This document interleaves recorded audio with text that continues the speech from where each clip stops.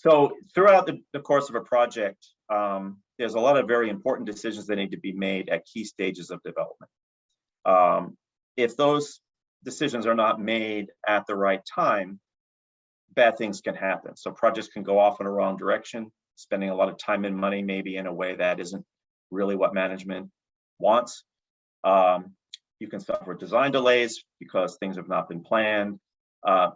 Management, can experience some very ugly surprises late in the project because, oops, we didn't think to decide this or make this modification to the plan at the right time.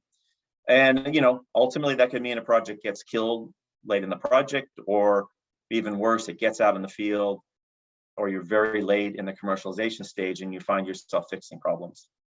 And so in addition to that, if you don't have these gates, part of the purpose of them is to keep your different aspects of your project, your different development teams, different functions aligned.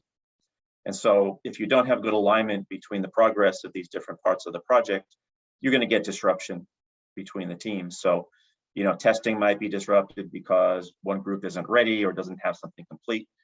You'll end up having to wait, or you end up having to test ineffectively or go back and retest or redesign as, say, electrical catches up with mechanical, or mechanical catches up with electrical, and so on. So this is a way to keep everybody on course, making decisions at the right time.